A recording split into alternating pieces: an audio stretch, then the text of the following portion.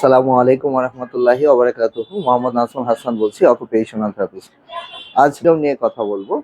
আপনারা অনেকেই জানেন যে ডাউন সিনড্রোম হলো একটা ক্রোমোডোমাল ডিসঅর্ডার, ক্রোমোজোমাল।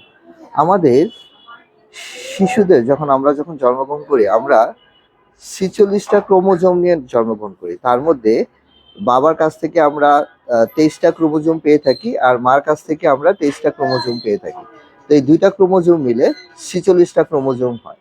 কিন্তু ডাউন সিনড্রোম বাচ্চাদের ক্ষেত্রে দেখা গেছে যে এই 46টা ক্রোমোজোমের মধ্যে বিশেষ করে 21 নম্বর যে ক্রোমোজোমটা, যেটাকে ক্রোমোজোমি 21 বলি, এই ক্রোমোজোম 21টা, এটা দেখা গেছে যে একটা ক্রোমোজোম একটা কপি বেশি থাকে, যেই কারণে তাদের 46টা ক্রোমোজোমের জায়গায় টোটাল 47টা ক্রোমোজোম হয়ে থাকে।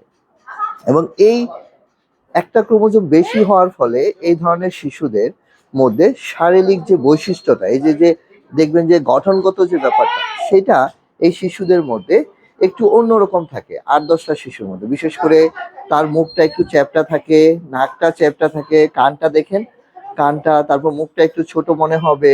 তার বিশেষ করে ঘাড়টা একটু গঠনমূলকভাবে একটু বড় মনে হবে। হ্যাঁ, একটু আর একটু দেখবেন যে জিহ্বাটা একটু বড় মনে হবে, কানটা চ্যাপ্টা। শারীরিক যে বিষয়গুলো আছে, বিশেষ করে হাতে এবং পায়ের শক্তিগুলো একটু কম থাকবে, অনেকটা একদম একটা পুতুল যেমন ধরলে যেরকম নরম মনে হবে, এই ধরনের বাচ্চাদের শারীরিক গঠনটা অনেকটা নরম নরম মনে হবে।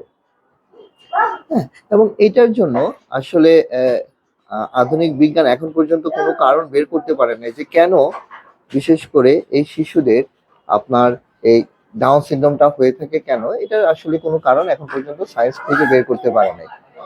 হ্যাঁ, যেমন অনেকে মনে করে যে মা যদি বেশি বয়সে বাচ্চাটা নেয়, হ্যাঁ, যে 35 বছর বেশি হয়ে গেল বা অল্প বয়স হয়ে গেল, হ্যাঁ, তখন শিশুটা দেখা গেছে যে আপনার অনেক সময় বলা হয়ে থাকে যে তার ডাউন সিনড্রোম হতে পারে। আবার দেখা গেছে যে বংশগত কারণে বলা হয় যে আগে হয়তো বা কারো ছিল। তো শতকরা দেখা গেছে যে 95% গবেষণায় দেখা গেছে যে বংশগত কোনো কারণ নাই। 5% থাকতে পারে, 95%ই কোনো বংশগত কোনো কারণ এই ধরনের শিশুদের ক্ষেত্রে আসলে দেখা যায়নি।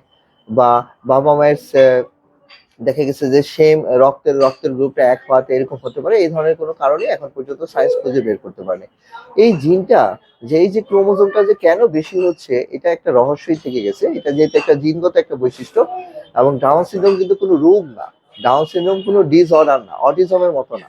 এবং এই ডাউন সিনড্রোম শিশুদের যদি সঠিকভাবে অকুপেশনাল থেরাপি চিকিৎসাটা দেওয়া হয়, এই শিশুদের প্রধান বৈশিষ্ট্যটাই থাকে, এই শিশুদের শারীরিক দুর্বলতা থাকে, হাতে পায়ে শক্তি কম থাকে, ওদের বুদ্ধিগত সমস্যাটা বেশি থাকে, ইন্টেলেকচুয়াল ডিসএবিলিটি বলেই থাকি, যেটাতে ওদের বুদ্ধিগত সমস্যা থাকে। কিন্তু এই শিশুরা কিন্তু লেখাপড়ায় অনেক ভালো করতে পারে, ভবিষ্যতে চাকরি করতে পারবে, বিজনেস করতে পারবে, যদি সঠিকভাবে তারা যদি থেরাপি সেবাটা সঠিকভাবে পায়, সঠিকভাবে স্পেশাল এডুকেশনটা পেয়ে থাকে, আলহামদুলিল্লাহ, সরি, তাহলে কিন্তু এই শিশুটা অনেক দূর আগিয়ে যেতে পারে ইনশাআল্লাহ।